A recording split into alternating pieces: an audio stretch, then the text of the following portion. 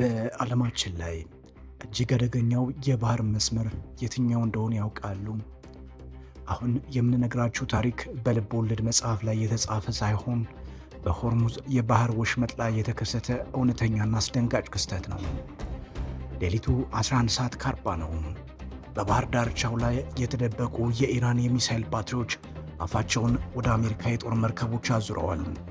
በአንድ በኩል በቢሊዮን ዶላር የሚቆጠር ዘመናዊ ቴክኖሎጂ የታጠቀው የአሜሪካ የባህር ኃይል፣ በሌላ በኩል ደግሞ በሺዎች የሚቆጠሩ አጥፊ ድሮኖችና ፈጣን ጀልባዎችን ያሰለፈው የኢራን አብዮታዊ ዘበኛ። በ47 ደቂቃ ውስጥ ብቻ ሰማዩ በሚሳኤል ብልጭታ ተሞላም፣ ባህሩም በጭስ ታፈነም። ይህ የቴክኖሎጂ የጥበብና የፈጣን ውሳኔዎች ፍልሚያ ነው። ዛሬ በዚህ ቪዲዮ ዓለምን ለደቂቃዎች ትንፋሽ ያስያዘውን ያንን አስገራሚ የባህር ላይ ውጊያ በዝርዝር እንመለከታለን። ከሌሊቱ 11 ሰዓት ከ40 ሲሆን የንጋቱ ወጋገን ሰማዩን ገና ሳይቀደው ዩኤስኤስ ቱርክስታን የተባለችው ግዙፍ የአሜሪካ አውዳሚ መርከብ የሆርሙዝን የባህር ወሽመጥ በዝምታ ታቋርጥ ነበር። ለሳምንታት በነበረው ውጥረት ውስጥ ይህ የመጀመሪያ ጉዞዋ ነበር። የመርከቧ የጠዋት ጥበቃ ክፍለ ጊዜ ሰላማዊ ይመስላል። የራዳር ስክሪኖችም ምንም አይነት እንግዳ እንቅስቃሴ ያሳዩም ነበር። ይሁን እንጂ ከባህር ዳርቻው ባሻገር በባንደር አባስ አቅራቢያ የሚገኝ የኢራን የባህር ዳርቻ ሚሳኤል ባትሪ መርከቧን ገና ከኦማን ባህረ ሰላጤ ጀምሮ በአይነ ቁራኛ እየተከታተላት መሆኑን በድልድዩ ላይ የነበሩ መርከበኞች አላወቁም ነበር። ልክ ከአንድ ደቂቃ በኋላ መላዋ መርከብ በአስደንጋጭ የማስጠንቀቂያ ደወሎች ተናወጠች። የጠላት ራዳር መርከቧን መቆለፉን የሚያሳዩ የድምፅ ምልክቶች አስተጋቡ።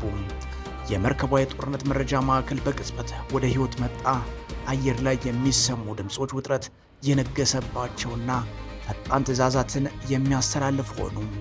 በደቡባዊ አቅጣጫ አርሲ 135 ሪቪየት ጆይንት የተባለችው ስትራቴጂካዊ የጠለፋ አውሮፕላን የኢራንን ወታደራዊ ግንኙነቶች በሙሉ ስትሰልል አድራለች። በድንገት የመገናኛ ሞገዶች በከፍተኛ ሁኔታ ተጨናነቁ። የሰላይ ራዳሮች 11 ዝቅ ብለው የሚበሩ ኢላማዎች በባህር ዳርቻው በኩል በከፍተኛ ፍጥነት እየተምዘገዘጉ መሆኑን አረጋገጡ።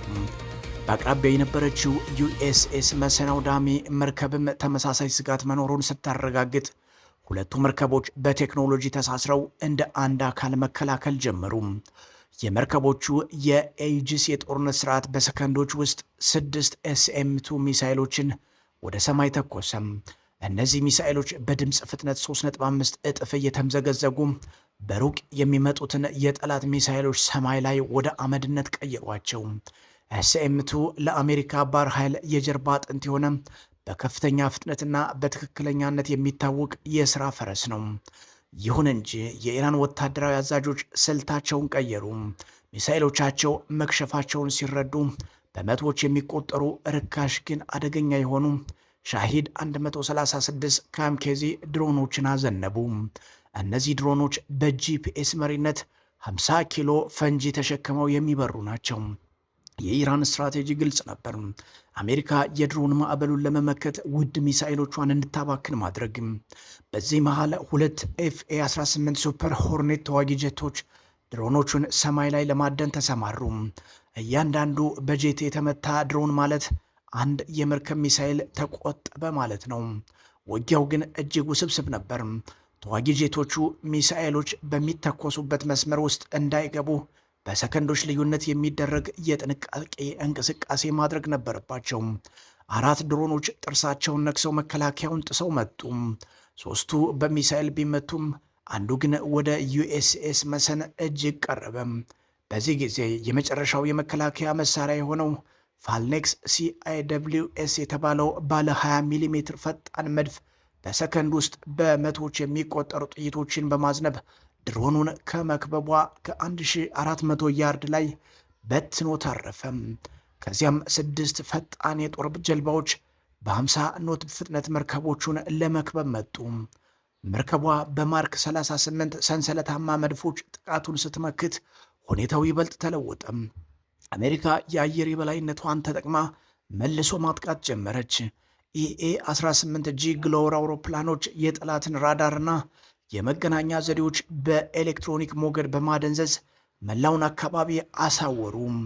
ኤ10 ዋርትሆግ ታንክ አጥፊው አውሮፕላን በታዋቂው ባለ 30 ሚሜ ጂኤዩ 8 መድፎ የጠላትን ጸረ አውሮፕላን መከላከያዎች እንደ ቅቤ አቀለጣቸው።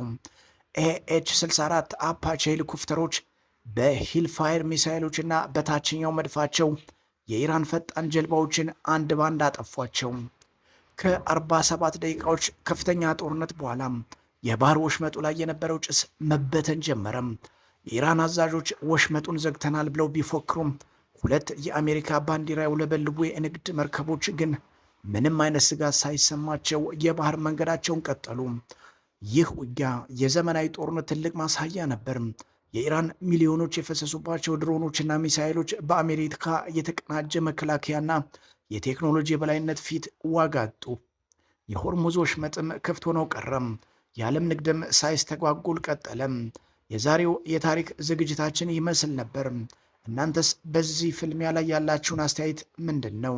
ሐሳባችሁን በኮሜንት መስጫው ላይ አስፍሩልኝ። ቪዲዮውን ከወደዳችሁት ላይክ ማድረጋችሁንና ለወዳጆቻችሁ ሼር ማድረጋችሁን አትርሱም። በቀጣይ በሌላ አስገራሚ ታሪክ እስክንገናኝ ቸር ሰንብቱ።